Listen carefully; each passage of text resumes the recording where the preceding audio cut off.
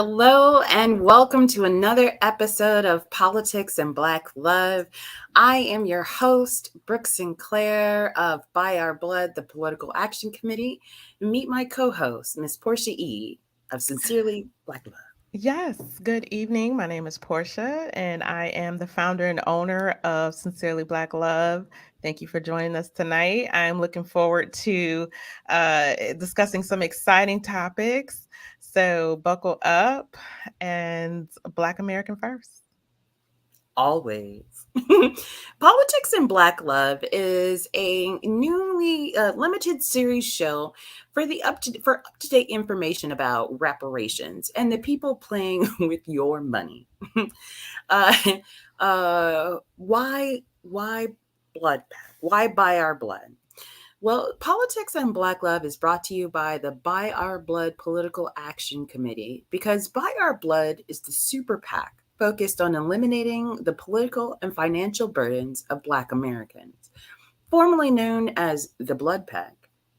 We use marketing and advertising to push Black American agendas. Why Sincerely Black Love?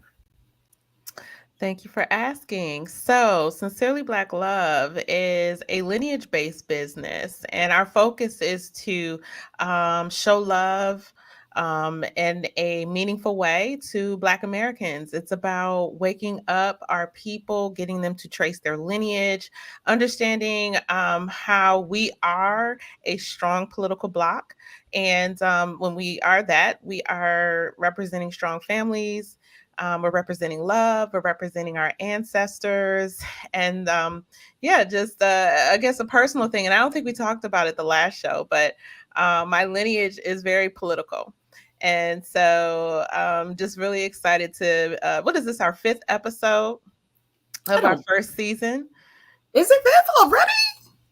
It might be. Well, fourth if you're Oh, counting our test run. I was going to say that went by fast. It goes by really fast. It did. But we've been having a lot of fun. And yeah, it's that politics, it's Black love, it's that intersectionality of Black families, Black children, and just being in the know what's going on politically. Yeah, so excited about tonight. Thank you so much, you all, for joining us. Thank you. And so, lastly, a touch about why politics and Black love. So, we wanted to discuss politics and Black love because we're often told to forgive our trespassers, but forgiveness is an act of love, and love is an emotion. And although our natural reaction might be to forgive and as of love and emotions should not be involved in politics. So we're calling it politics and Black love so we can identify where the emotions are and take them out of politics. Yes, I too, in my lineage, I'm sorry, I forgot my lineage is also confrontational. As a descendant of chattel slavery, my family has fought. We are fighters. We have fought in the Revolutionary War of 1776, the War of 1812, the Civil War, and both world wars. I always get a little tongue tied, so I stopped down. I stopped when I said that. It's okay. We have lots of fun. We have lots of fun here. Politics, we have a comment here. Love is not an emotion. It is not an emotion, right? That is a labor, okay? And it's about putting it in the right places and making it something that we can utilize in a strategic way. So, excited about tonight's topics. What are we talking about? Tonight's topic is Sheila Jackson Lee and why she will not discuss reparations with Houston voters. But before we get to that, let's go through our hot topics. So, our hot topics for today, first hot topic on the scene, we are talking about LSU and the White House invite. So, it's been a little while. Can you tell us more? What do we want to? Where do we want to start with the discussion of LSU? Before we go to LSU, I'm gonna just run a quick little short here. All right. We're bringing the big smoke, okay, in our trending topics. So, let's see. We'll start with LSU. Shout outs to the ladies of LSU. Okay, so I Excuse yeah. me. I am a former basketball player, okay, from Flint, Michigan. All right, we are a basketball town. But also I am a undefeated fifth and sixth grade girls basketball coach. Not many people know that. But yes, so basketball is my sport. I mean, as a family with my mother, my father, my brother, we are just basketball people. So always enjoyed the sport, and so we were definitely tuned in to the NCAA tournament, men's and women's. But something about the women's NCAA tournament was just so energetic. It just, I mean, the ladies, first of all, bring so much to the sport that, in their own right, they're like celebrities, right? On their campuses, in their towns, from their hometowns. They're just celebrities. But this NCAA championship was so theatrical, and it was just all, it was gritty as well. But I just loved everything about this team. They all had like the right ingredients at the right time. But what made this game controversial was after the game, Miss Reese threw her hand up in front of Caitlin, the other player from Ohio, great player. But Caitlin, Oh, prior, Anglo-Saxon woman. let's call it out. Let's put it on the table. Let's put it on the table. Yes, Iowa is a predominantly white basketball team, and LSU was a predominantly black women's basketball team. Um, Yeah, but we were really hoping that South Carolina would have gotten into the championship game and gone against LSU, but they actually lost.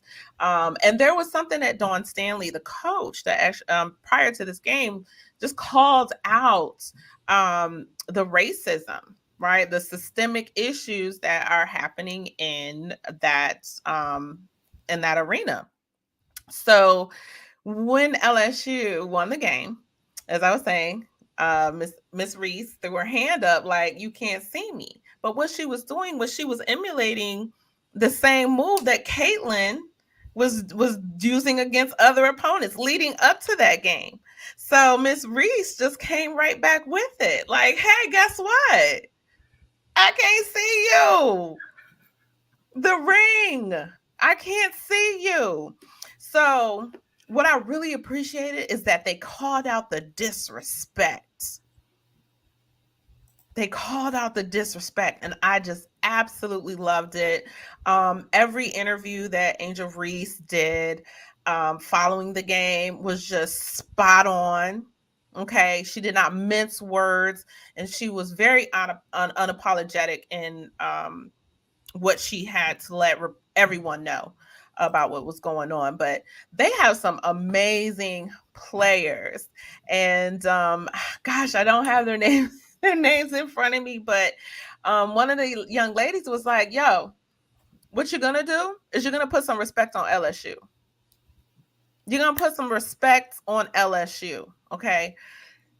But let me tell you, it was one thing that Angel Reese mentioned, and that was like, this is for this is bigger than me. This is for everybody that looks like me. Okay. She was like, it was just an emotional reaction from her. But yeah, it was just it was totally amazing to be a part of that. But I could correlate it to different environments that I have worked in, been a part of growing up. So it resonated with me that, wow, yes, here we are unapologetic, put some respect on our name. And this is, we're here, like cut the nonsense out. So I'm very, very proud of LSU. I'm looking forward to their next season, so that we can definitely get into it. I mean, I'm hyped. Um, Angel Reese, she's has this name, which is Bayou Barbie. Like, she has this name, Bayou Barbie, and oh, she's beautiful. Listen, when she's playing ball, she's playing with full eyelashes. Um, I don't know if it's a sew-in or if it's if it's glued with lace front. I don't know, but nothing moves throughout all four quarters. Okay, she handles the game with grace. She's Very Flojo style. very Flojo style. Right? Yes, yes, absolutely, very Flojo style. So yeah, go ahead, Tigers. We'll be seeing you next year on the court, and put some respect on their name for sure. So, our next hot topic that I kind of wanted to talk about is the N word. Mm. I want to talk about the N word a little bit. Okay. Um, it just seems as of late, the N word has been in, it's been in the news cycle, it's been in the social media cycle. Just different situations are coming up where people are just slandering that word at Black Americans, at Black people, melanated people. What, who knows? But we're talking about Black Americans tonight and every night. That's all we talk. Uh, You can talk about everybody else. yeah, but we're going to talk about Black Americans tonight. So I was just quite taken aback by the different just things that are coming up, because people are using the N word. If you're in the chat and you're watching, tell us what your thoughts are on the usage of the N word. I've heard so many things, and so many different perspectives on the N word. So, is the N word something that Black Americans own? Did we remix it? And so we NIGG-ate it. What are your thoughts there if you're in the chat on the N word? I want to share something here in our gallery here for the audience to see. This is interesting. Okay. Um, that there is a picture, and if you want to go back and look at it while I kind of lay the land for us here, what you're looking at here is the director. Where'd the picture go? I don't know. It keeps going away. Oh, I Um, got it. No problem. maybe. No, I got it. I got it. Okay. Here we go. All right. So this lady here, her name is Jess Wu Calder, Uh-uh. right? Um, okay, definitely not a Black American name, or American name. Like, I just, that Jess Wu. Mm. The Jess Wu. So that's Jess Wu. And what Jess Wu did was she directed this so it was her directorial debut of a series. And I believe the series is on, was it Netflix? Let me get back to you on where this series is, but they're in season 2. The show is called Blind Spotting. And this lady, believe it or not, Brooke, listen to this. Okay. This episode was about chronologically I'm stumbling here. Logical. Nope, you're good. We got you. Chronological. Logical. Chronological. Yep. Nope. We got you. Ooh, I had it earlier. Okay. Anyway, the history. This is about the history of the N word through dance. Through dance. Through dance. Why through dance? It's through dance. Okay. There's a part here where she talks about it. Um, she talks about her experience with this. Because there's so many things here. So it's a couple, right, in this show. It's a couple, and I'm gonna say they're a mixed couple, okay? And they have a mixed child who is 7 years old. And Is this the mixture Black American? you know what? I haven't watched the show, but I came across this article in my research of looking up the N word, and just honestly, the Google search in itself was just ridiculous. I mean, so many things have been happening surrounding the usage of the N word, and this is coming from non-melanated people. It's coming from non-melanated people. I mean, the news cycle is probably spinning their wheels. All they have to do is just change the title of the article, and it's good to go. But she said this was definitely one of the most terrifying tests I've ever had to do. Let's look at this lady again. Okay, I'm gonna bring her back up. All right. She said that this was the most terrifying test that she's ever had to do because of the weight of what that word is. Look at this young lady, Brooke. Does she know the weight of the usage of that word? Does she know it? She thinks she know, but she don't know. I'm confused. So here, in the second picture, it says Miles and Ashley share a big moment as parents when they're forced to talk to Sean about the origins of the N word and all the history and nuance that comes with it. The episode addresses the topic of an elaborate and poignant dance sequence that walks Sean and the audience through the history of racism in America. What was crafting that sequence like, and then actually executing it on film. This young person who's not of lineage. What are your thoughts? What are your thoughts? Disgusting. Absolutely disgusting. I'm really glad that there is now a anti-Black defamation league, and I'm really glad that the what do they call it, the limitations or the standards of I forget what it's fancy words for we can come back later and sue you. Okay. You mean while we are the face of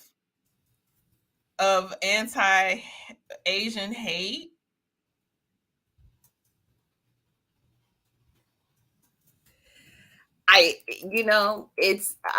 They want, I can't even, they want to be special so that it's hilarious. But it begs the question of why are you doing that?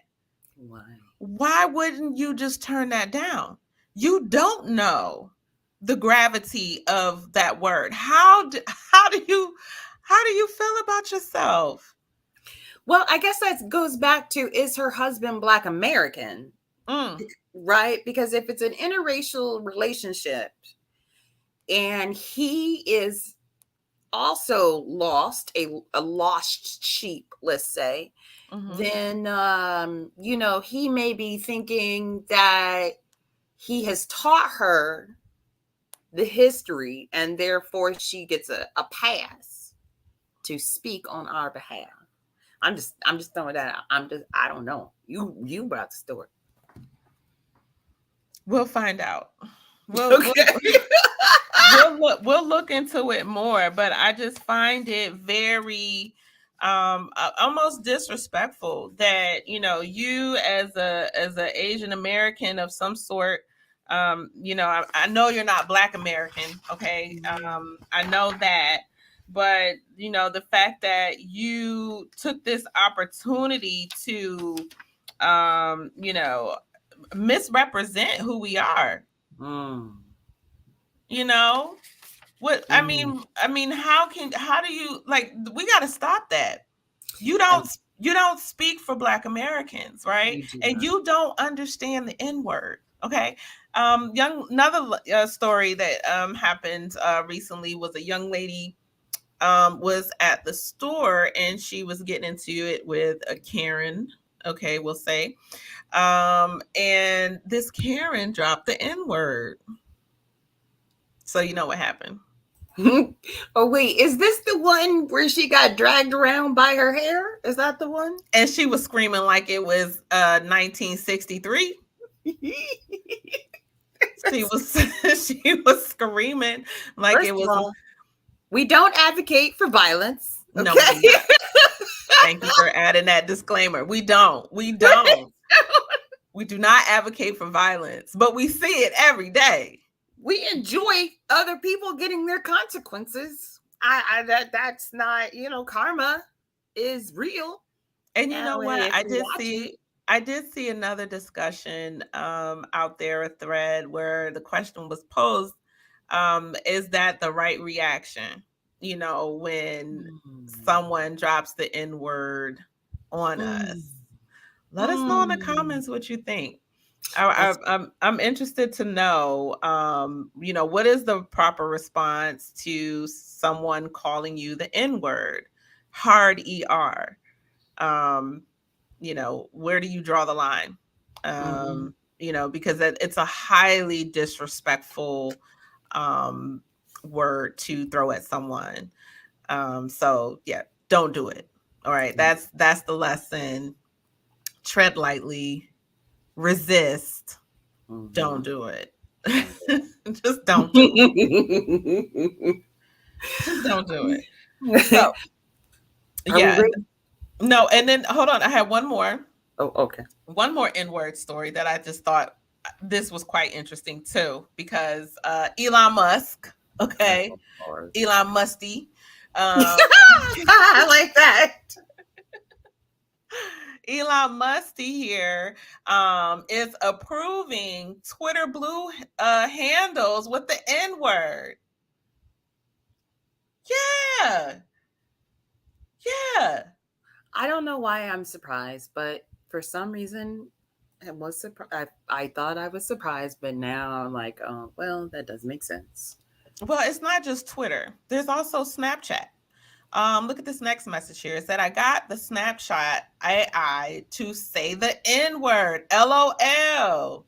So the guy punches in the prompts. Can you give me an acronym for nice, inspirational, grateful, great? Uh, what is that? Reliable, eccentric Ex- specimens. okay. So I don't know. Did you catch it yet? I mean, Okay. yeah.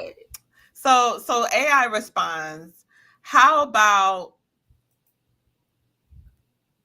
oh wait, that's a racial slur. Let's go with instead nice, inspirational, grateful, reliable, eccentric specimens. Mm. Not funny. Not funny. It's not. So the N word is not funny. I don't care Oh. in what context it's being used. It's not funny. Okay. Mm. So yeah, let's just cut that out. It's time to bury it. But yeah, so that was going on. Again, shout out to LSU. Politics and Black Love salutes you. Good luck next year. Hope you enjoy your summer. Oh, that's awesome. Shout out. Shout And out. shout out. A very important hot topic we'd like to talk about is before, and we still want to make sure we talk about the Detroit reparations before we go back to Sheila Jackson Lee. Mm-hmm. Before we get there, I would like to talk about the John Leguizamo. Mm. Mm. Mm. John, John, John. John, the 6-part series of Erasure. That guy, the guy who proclaimed that stealing roles from Italians was a tit for tat because they steal his role, because they steal roles, he's stealing them too. And the John who his first one-man show was like Fleabag, and he wore his clothes backwards like crisscross and his hat backwards, and he did like the first like part of the show he was some sort of like rapping b-boy something or other. And the John who clung desperately to the hip hop and Black American community coming up, who looked to, Too Long Food, Thanks for Everything, Julie Newmar, was an undercover cultural hit because Black Americans could laugh at it and appreciate it. Mainstream did not appreciate that movie at first. I'm just saying. That same John. So yes, that same John.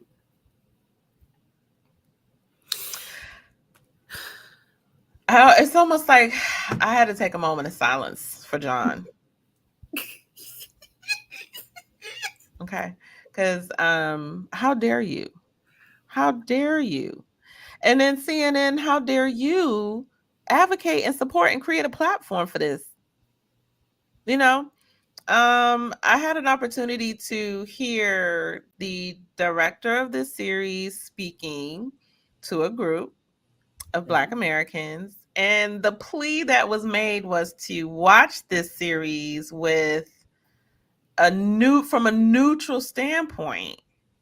But the claims that are being made is, you were here first. You built America. You built the United States of America. Latinos did. Oh, it not just built, because they really have this fantasy that they are just the shiznits.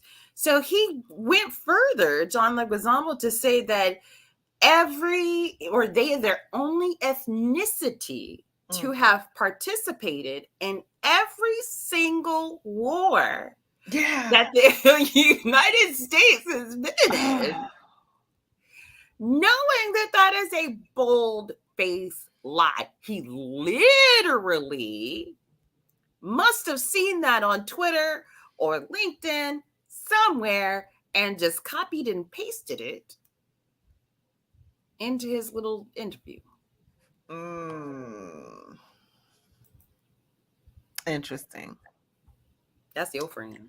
No, I'm gonna tell you right now that man is, I don't know that man. All right, let me get into my kiki. I'm sorry for that man. I don't know who that man is, but I feel sorry for him. I'm sorry, but I don't know that man. I don't know that man. Who him, Harpo? Or Color Purple? I don't know him. So real quick, I'm getting messages that, and I saw it in the chat on LinkedIn, was that the feed was cutting out bad. And then I also have someone who said that they're unable to get on. Oh. And that is on LinkedIn. So I just wanted to let you know that was going on. I don't know how to fix either of those. Do you? No. Okay. So that would be a no. That would be a no. Did LinkedIn cut us out? No, I see us on LinkedIn right now. You can see it? Yeah. Okay. So, audience, I'm so sorry if you're having technical issues. We are also on YouTube, broadcasting on YouTube under Sincerely Black Love. Yep. look for that. Blood Pack, I'm not sure if, I don't think we're broadcasting there, but you are broadcasting on Twitter under the Blood Pack. Yeah. So if you're having trouble watching us here on LinkedIn, do hop on over to YouTube and Twitter. I'm about to put the YouTube. I'm about to put the YouTube link in the chat. So if you're on the my all my words fell out. If you you can find it in the chat.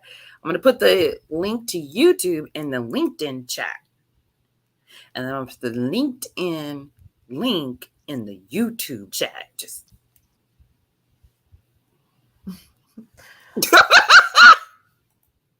We got to move the Legos. we gotta move. Got to move the Legos. So, no, but we appreciate you all for tuning in, and thank you for letting us know. Yes, thank you. Mm-hmm. All right. So, last hot topic. The tiny houses. Mm. Perhaps maybe you haven't noticed, there have been a rash of evictions going around the nation. Literally, state after state, city after city, evictions are up. And the number one thing that they're saying is because of the pandemic, moratoriums are expiring, Mm-hmm. and therefore the landlords are having to kick out people who haven't been paying their rent. The solution, because homelessness was already sky high, and Black Americans were already 60% of the average homelessness in any given city. So what's happening now is now even more people are going to be homeless. And the solution or place to put those homelesses, because they don't like the tent cities, Mm-hmm. are tiny home villages. If you're new to the idea of what's been happening with Black Americans, perhaps you're not aware of the long-standing legacy in America of what we call projects or ghettos. They were initially started, the idea of a project actually, from what I believe, started in Detroit. Is that not right? The very first project home was actually in your area? It was, yes. Then that was the Brewster Projects, located in Detroit. Brewster. Yes, the Brewster Projects, and it was a big deal, right? Because they were, it was housing discrimination on 10. Okay, Black Americans were not allowed to buy homes in cities or towns next to white people. So it was just redlining, right? They were redlining where we could live. And so a lot of Black Americans had traveled north for work. And actually, Black Americans outnumbered, and still does to this day, outnumbered white Americans. Mm. And so, where were they going to put all these Black Americans, right? Since they All weren't the blackies. all the blackies. We're just gonna throw them over here in this housing development. This would be the first, groundbreaking housing project for people. But it was only for us. It was only for us. There was nobody else. That Of was for course. us. White Americans weren't moving it. Those projects were not built for white Americans. Mm. No. Strictly for Black Americans. So yeah, and it was in our neighborhoods as well. And so, and then, and not too far away in Chicago, Cabrini Green was developed not too long after. So the idea of, and I believe you were telling me offline that the idea of stacking people on top of each other was revolutionary. They had never thought about stacking the blackies on top of each other. And then so they went around the city, the country, and began building projects. And so what were they doing? Were actually kicking people off of their land or out of their homes, their single family dwelling homes, creating some sort of reasoning, permit reasoning, financial reasoning, tax reasoning as for why people could not stay in their homes. And the same thing is happening now, is that supposedly the eviction moratorium left over by the pandemic is the reason why people are being kicked out of their homes, that they haven't been paying their rent. However, within that are people who have been paying their rent and maybe don't have clean water or don't have necessary resources to live. Maybe they live in a food desert and they're having to pay extremely high gas prices now to go 20, 30 minutes away from their house to go get groceries. All of that adds up. And that creates is creating a high eviction rate.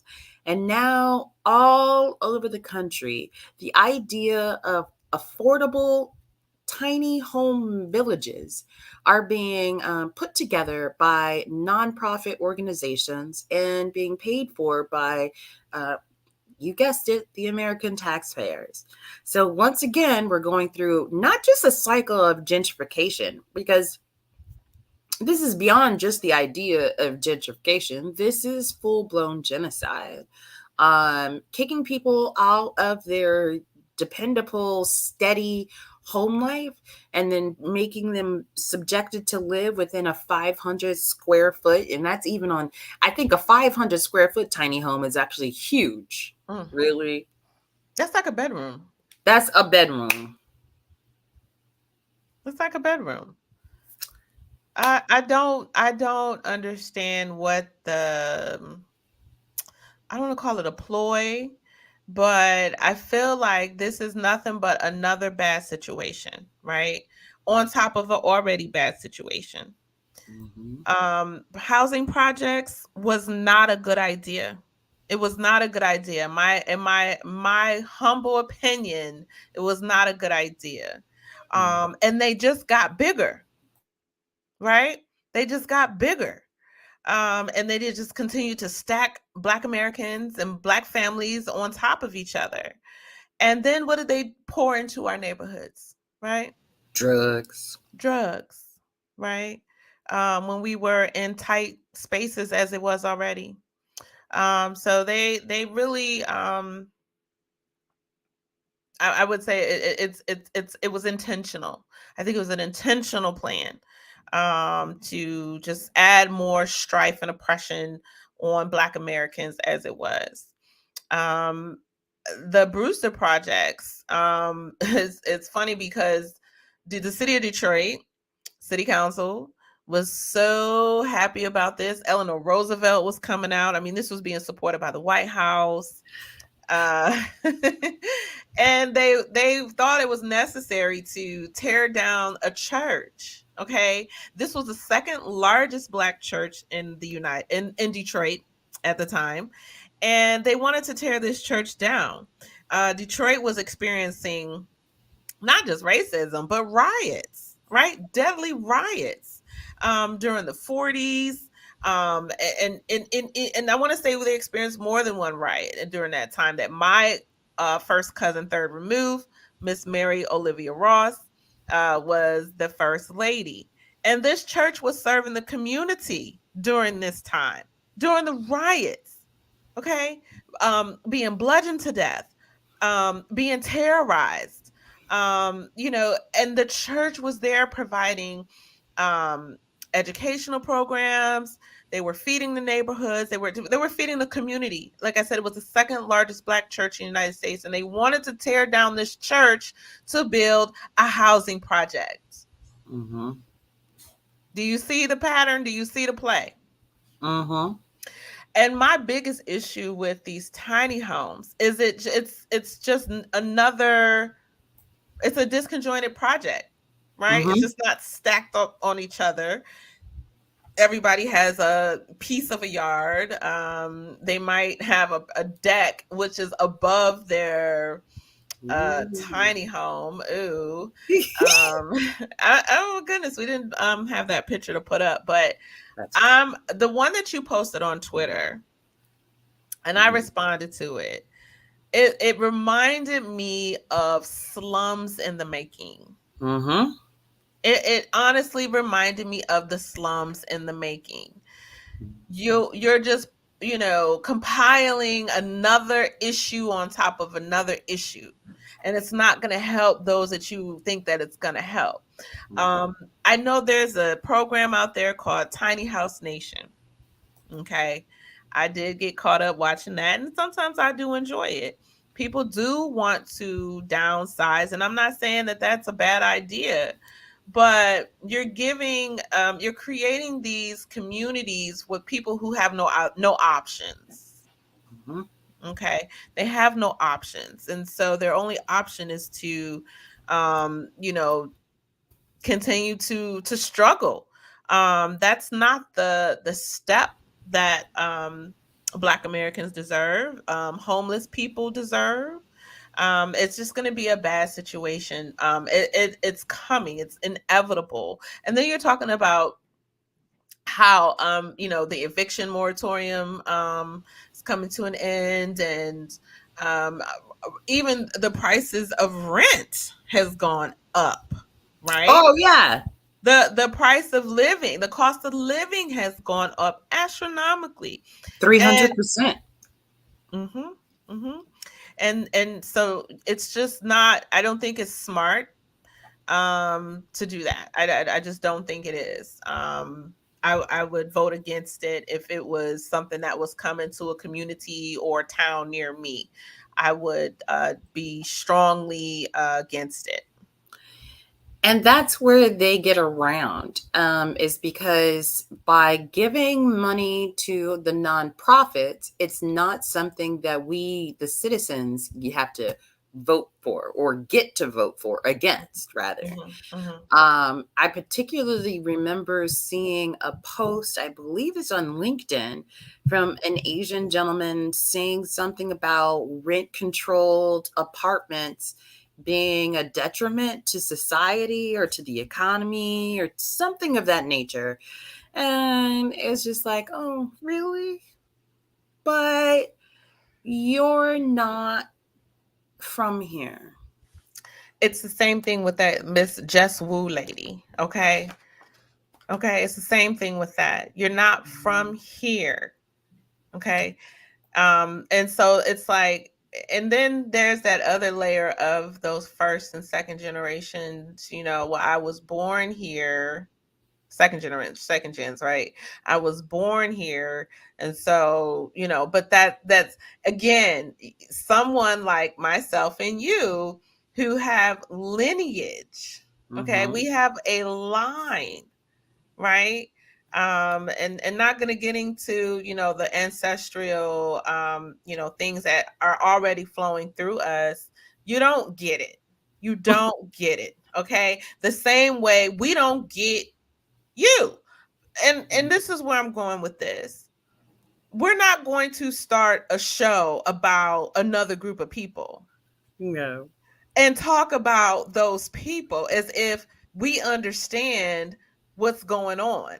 Even if I studied it and got all the accolades and honors from whatever university, or I purchased a certification in Asian studies, I'm not going to go and position myself as an expert or even someone who is more knowledgeable than someone who actually is. I'm just Yeah. not going to do that. You know, I think that also gets me kind of teed up about people who tiptoe and want to hook into our reparations claim. Mm. The same thing. But we'll talk more about a little bit more about reparations. We'll get to Sheila and all that good stuff. But sorry to run off on that, but I just had to add, no, we don't, you don't get us. Okay. You don't. As much as you think you do, you don't. Okay. And I would say it would be best in your best interest to just kind of humble yourself and just be in a posture of listening and learning. That's it. No, they don't do that. And it doesn't require you to say or do anything. I think it's really funny that here in 2023, when you think about if the emancipation, I'm not emancipation, but so the United States in and of itself is still a very young country, right? 200-ish years old, right? Maybe 300, depending on where you think that it started. Um, and yet we are still having to explain certain things to people. People really honestly think that they are more knowledgeable about America than people like you and I who have family histories. You know, my grandmother just turned 90, was born in 1932. I have the stories of her family, of her ancestors. When you talk about, ancestral history and lineage, to talk about who has been here, what's been going on, these laws that are coming into play. It used to be that laws didn't even really pertain to us. None of the good laws pertain to us. All of the bad laws were just us.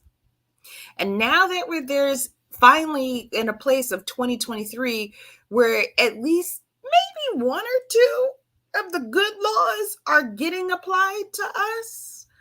Um, outsiders, immigrants, first and second generations, they're talking about, like, they talk to us as though the laws have always been open to us, as though the laws have always been free and fair and justifiable, and it's been a Disney magical princess. You're muted. Oh my gosh, I'm so sorry. I got so excited because I started thinking about that guy who's running for office and said that we owe reparations.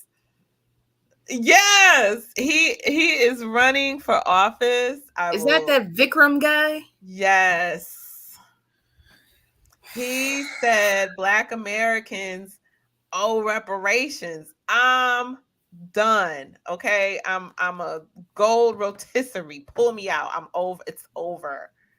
Serve it up. Done. Yeah. He said that we owe reparations to our ancestors. Hmm. Yeah. Sorry to cut you off there, but I was I'm sorry. it's pretty wild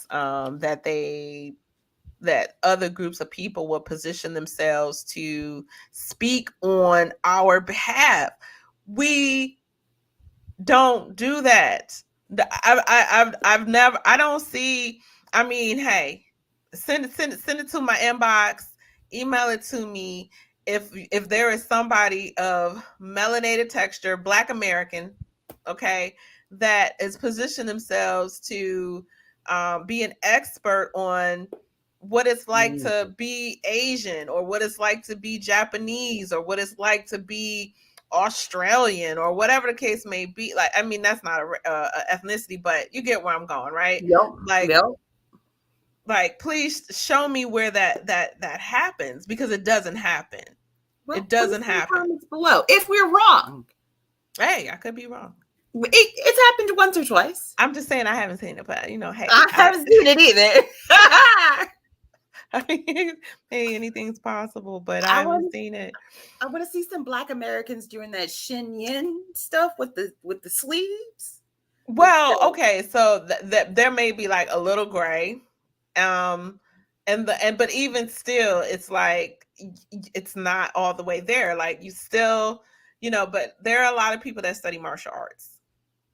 I mean, but this Shin Yin dancing True. with the sleeves, Yeah. we don't try to infringe No. upon their cultural dances or songs or their style of, like, I'm not going to be disrespectful. I'm sorry. I don't mean that in a disrespectful way.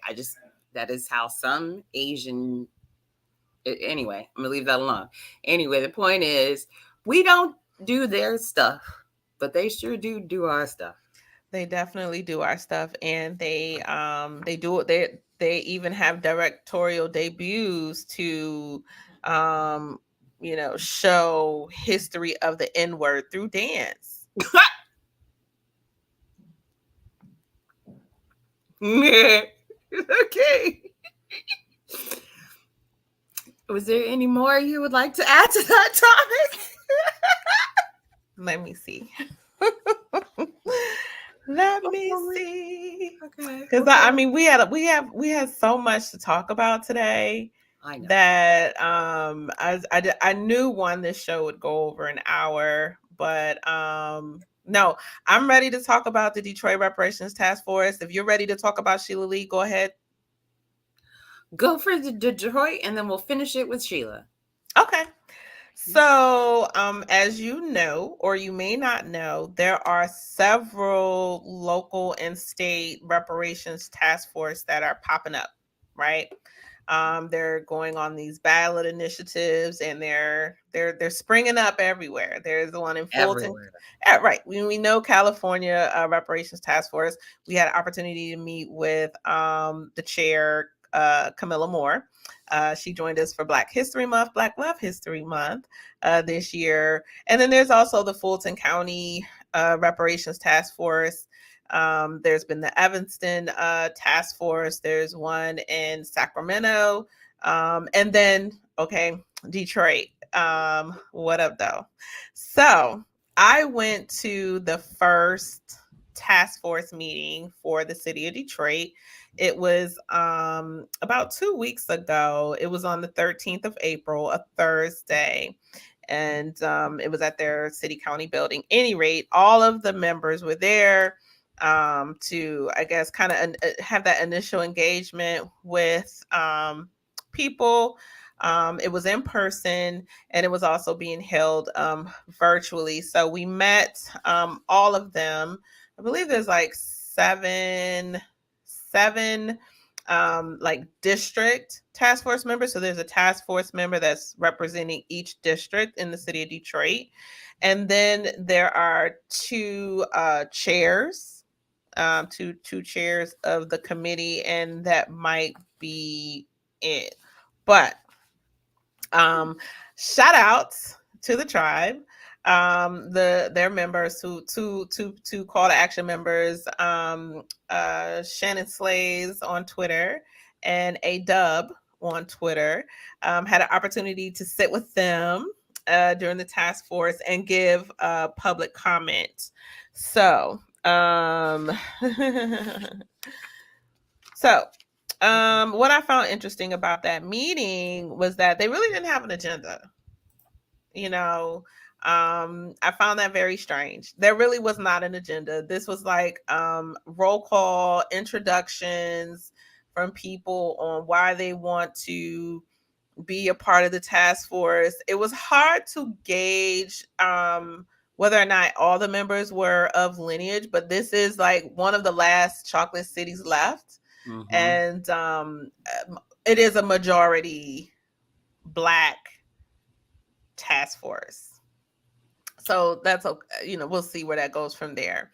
But it was really nice to kind of get up and speak to the city. I would say my lineage against the Detroit City Council is 1-0. Okay, all right, we're undefeated. Yes, telling you that story about my cousin Mary Olivia Ross, who had to fight the city council to fight them from tearing down that church to build housing projects. So what I mentioned to the council was that it should be no surprise that I'm here to anyone. Okay. I feel like, for a long time I was suppressing something, and I feel like I figured out what it was. And it was my voice. It was my voice, and making sure that my voice and our voice is heard in spaces, right, where it should be. So you have to show up. You have to show up, and show up scared, show up afraid, show up with energy, show up with love, show up representing your ancestors, right? And you show up representing Black Americans. What we really wanted to convey to the Detroit task force was that these need to be lineage based reparations. We are delineating. We are delineating. That's what time it is. What time is it? Delineation time. Delineation. Delineation time. Mm. I was again quite puzzled and sometimes perplexed that the others would be standing up like in public comment about our reparations. This is not about you. Again, this is not about you. This is about Black Americans in the city of Detroit who have been harmed Yeah. by leaders in the city of Detroit. We have been marginalized, okay, continuously. It's been decades and decades of marginalization, tearing and ripping up our neighborhoods, not investing in them. It's us. It is Black Americans. So I was quite like I said, perplexed that there was a gentleman who got up, older gentleman, non-Black American, and he got emotional about the city's treatment to Detroiters, right? And I say that because the council, leading up to this task force meeting, would say, we are getting, we're gonna have a task force and we're gonna have a study and we're gonna do a study on the harms to Detroiters. The harms to Detroiters. So I went back. Again, I was doing my research. Mm-hmm. I went back to April 13th of 2022, Mm. where the city council created a survey. Okay. And this is a survey that was generated after the city of Detroit had voted to have a reparations task force studied, right? To have them Mm-hmm. study the harms of Black Americans, they're saying Detroiters, in the city of Detroit. So, Miss Sheffield, who is the council president, she created a survey to gather input relative to the proposed composition of the voter approved reparations task force. Mm. Okay, and she also said that the task force, this ballot initiative was like 80% of people said they wanted this, right? Well, yeah. But here's the trick bag. Oh. Trick bag. Coming right up. After receiving over 400 responses to the survey questions from members of the community, the Legislative Policy Division has been requested to provide a report summarizing the results of this study and offering a recommendation based upon the responses received. 400 responses on a survey? Is that That's bad not or good? I don't that's not good. That's not good. One, how only 400 responses? Well, That's not good. And I say that's not good because they're not putting it in front of Black Americans. They're mm, not letting Black Americans know. Why wouldn't you put this same survey in front of those same voters? Right? Why mm, are we only getting 400? Why only 400 people responded to this survey? Okay, that's it. And here's the report, Brooke. hmm. Here's the What report. what it say? Oh Lord. In order to gather additional input from the community, City Council President Sheffield created a survey to inquire as to how the reparations task force should be comprised, relating to size, eligibility criteria, and composition. The survey received 412 responses from the community, and the results are as follows.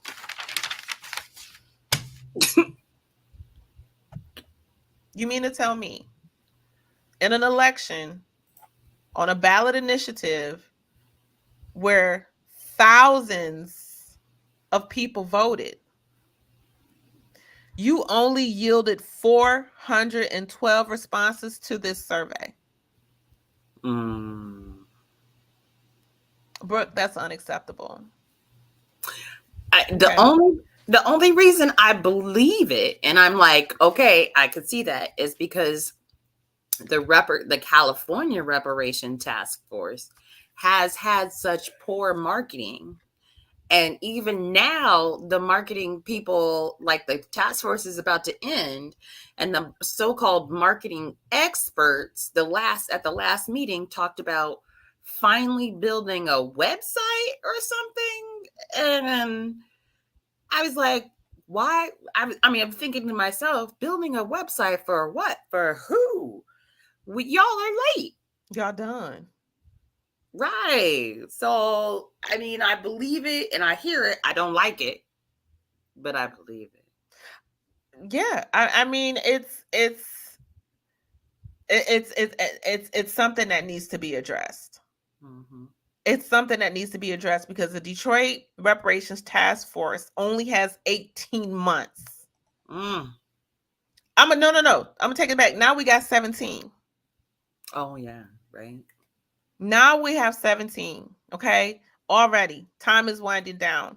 But only 412 respondents Mm-mm. on this survey. And that is very ill. That's very irresponsible. Mm-hmm. This is unacceptable. Mary Sheffield, that you only got 412 responses on this reparations survey. Because you did try. And you didn't try. And you move forward with the results. Mm. Are you going to read the results, the recommendations or whatever? I am. Okay. You know what? Yes. So this was on the survey. Okay. So they asked 3 questions. Oh, that's the whole survey? Well, the survey was because again, they only wanted to know about they comprised the survey relating to size, criteria, and composition. So those are like the sections, but I mean literally there's probably 1, 2, 3, 4, Mm-mm. 5 questions. Okay, so I'm gonna go through the questions. And this is ridiculous. How many people should be on the reparations task force? So 1,000.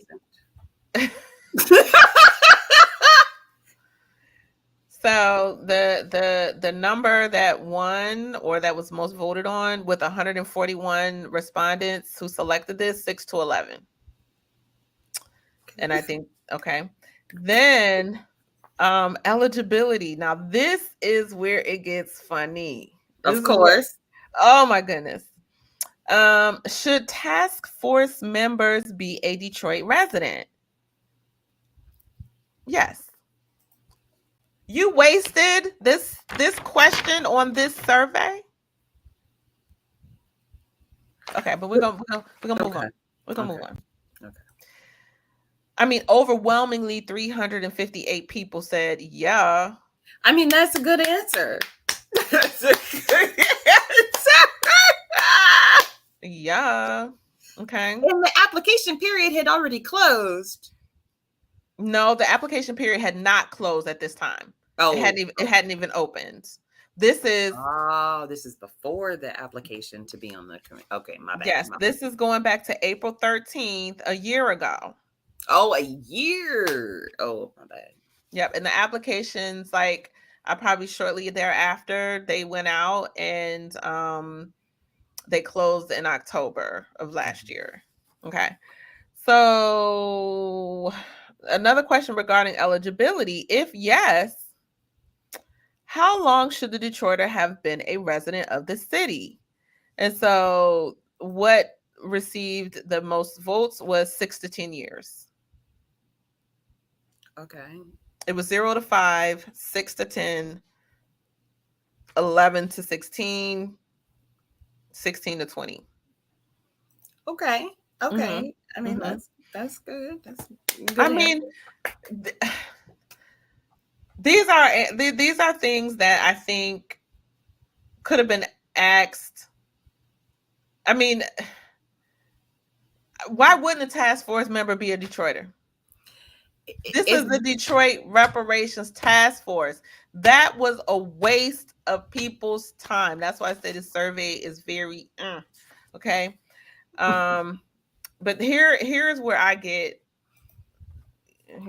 I get my Fred Sanford on. Oh, this the big one. This the big one. Should members only be African American?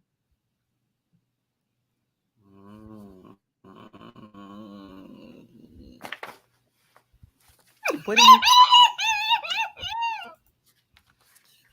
Tanaki is not doing well on the California Reparations Task Force. Behind the scenes, we call him Teriyaki, Tamagotchi. Uh, We are not being disrespectful. what? So we're not being disrespectful, but this is what is being said. We're not being We're just disrespectful. we're just reporting the news.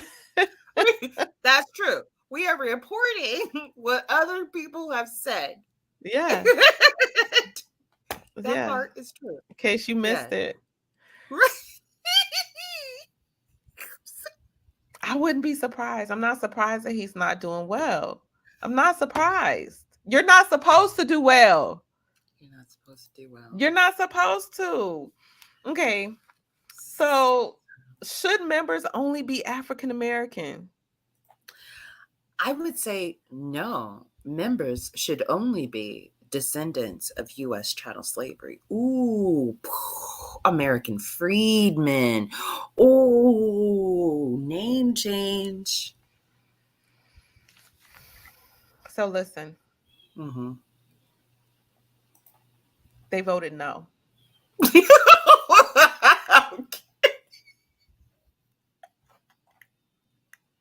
Huh? Listen, and again, because this survey was so who answered the survey? That's the same thing we we don't asked exactly on Family exactly Feud. Who are they who surveying? okay, the differential between yes and no Yeah. was 29 Points or people. like people? Okay. You can call it a point system too, I mean, but just 29 people. That's the differential. mm. And they voted no. So people said no, they shouldn't. It should like no, other people should be on the task force. Who Black Americans voted? I don't think so. Miss Sheffield, who did this survey? Who filled out Asian, this survey, Miss Sheffield? Anglos.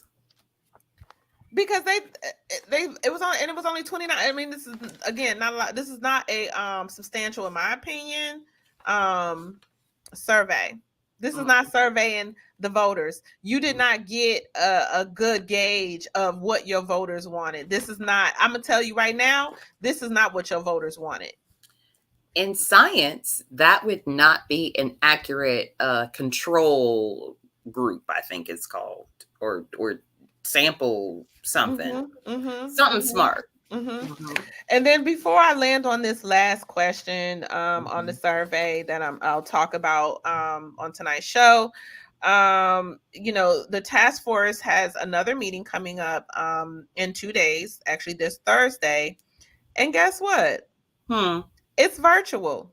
It's not even in a district or in person as they intended it to. Okay. So they're not getting in front of people. Mary Sheffield was not present at the first task force meeting. She wasn't even there? She was virtual. And she was at a conference. Noise behind her, on mute, off mute a couple times because she was talking to somebody else, whatever the case may be. It just was not a good look, Mary Sheffield. It was not a good look. But here's where I want to land. I'm very disappointed at the onset of what this task force has become. and looking at how we have gotten here. I'm not happy with it, and I think it's time for Black Americans to get engaged. Detroit, if you're on your boots on the ground, grassroots, it's time to get louder, okay, and get more active, because if we don't, this right here could be a mess, It's a call okay. to And action. this is the call to action. So we need to show up at the next task force meeting. The other part about this is the task force is being I don't know if they're either not having a meeting this month. They're supposed to have a meeting, another public meeting, but it's happening with the NAACP of Detroit. Mm. It's on their website. It's on their website. Okay. Look at this. A general membership meeting, April 2023. Join us Thursday, April 27th for our general meeting. Our topic will be the City of Detroit Reparations Task Force. Since when, NAACP, have you even cared enough about Black Americans to now you want to hijack the reparations conversation and movement in Detroit? I don't think so. I Mm. don't think so. I don't have positive experiences contacting the NAACP. I'll say that. It's starting to get diluted, in my opinion. But they're having this reparations task force meeting with the NAACP. I don't know what this is and why it is, but there's a space. There will be a space out there on Twitter this week, you guys. If you are not following the Blood Pack or Sincerely Black Love on Twitter, please do so. And when you see those spaces pop up, please join us and join the conversation. But then I'm gonna leave you with this before we go on to Brooke, and she talks about Miss Sheila Jackson Lee. The question was, if no, again, these people said that no, the members shouldn't only be Black. We're talking about our reparations, Black people's reparations, but no, we should be a part of that. Um, so if no, what other races or ethnicities should be considered in our reparations? They're literally asking what other races and ethnicity should be considered. To be on the task force or to be paid? No, to be on a task force. Yeah. And do you know what ethnicities got the high votes? Latin. And what else? Asian. Nope. No. Native? No. Latinx is definitely one. Okay. And then the other is Native American. Now, why do they need to be on our reparations task force? They already got paid. They be getting paid all the time. They have casinos. Why the interest in our reparations? Why the interest in our repair? When you, City of Detroit, NAACP, were the ones that harmed us. Your inactions harm Black Americans. And continue to harm Black Americans. Absolutely does. So I'm very, and you know what? It's so ridiculous that the lowest vote in terms of race ethnicities was mixed culture. What? What does that even mean? Who is that? They don't know? Okay. Mixed culture is what this survey says. This survey is, I wish I had seen it earlier.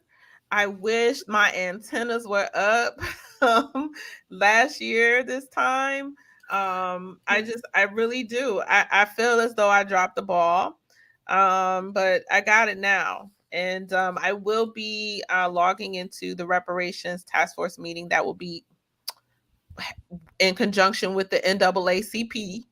And A-Dub was talking about that conflict of interest. Oh, good. That's a conflict of interest. So we'll be ready for Thursday. We'll be virtual. So if you let me put this back up here. If you go to the website for the Detroit branch NAACP, you can click on that link where it says register here. You don't have to be a Detroiter. Okay, you can get on that link and pull up. But this is their Because I'm general gonna pull meeting. up. Yep, we're all gonna pull up. This is their general meeting on Thursday. Family, I hope you can be there and be heard. Hmm. Hmm. Wow, that's deep. That's awesome. I'm so glad we talked about that. Hmm. Thank You you. know, yeah. Thank you. Our show has gone. We try to keep the show a little bit shorter. We've gone over time just on the hot topics alone. It We've was a been lot. so busy behind the scenes, attending meetings, trying to make things happen to make this world a better place. So, I say, how about we go ahead and call it a show? And next time when we meet, then we'll come back and we'll talk about Sheila Jackson Lee as a hot topic, and then pick up where we left off in the fancy words for agenda. I say Okay. the schedule. The schedule. What you think?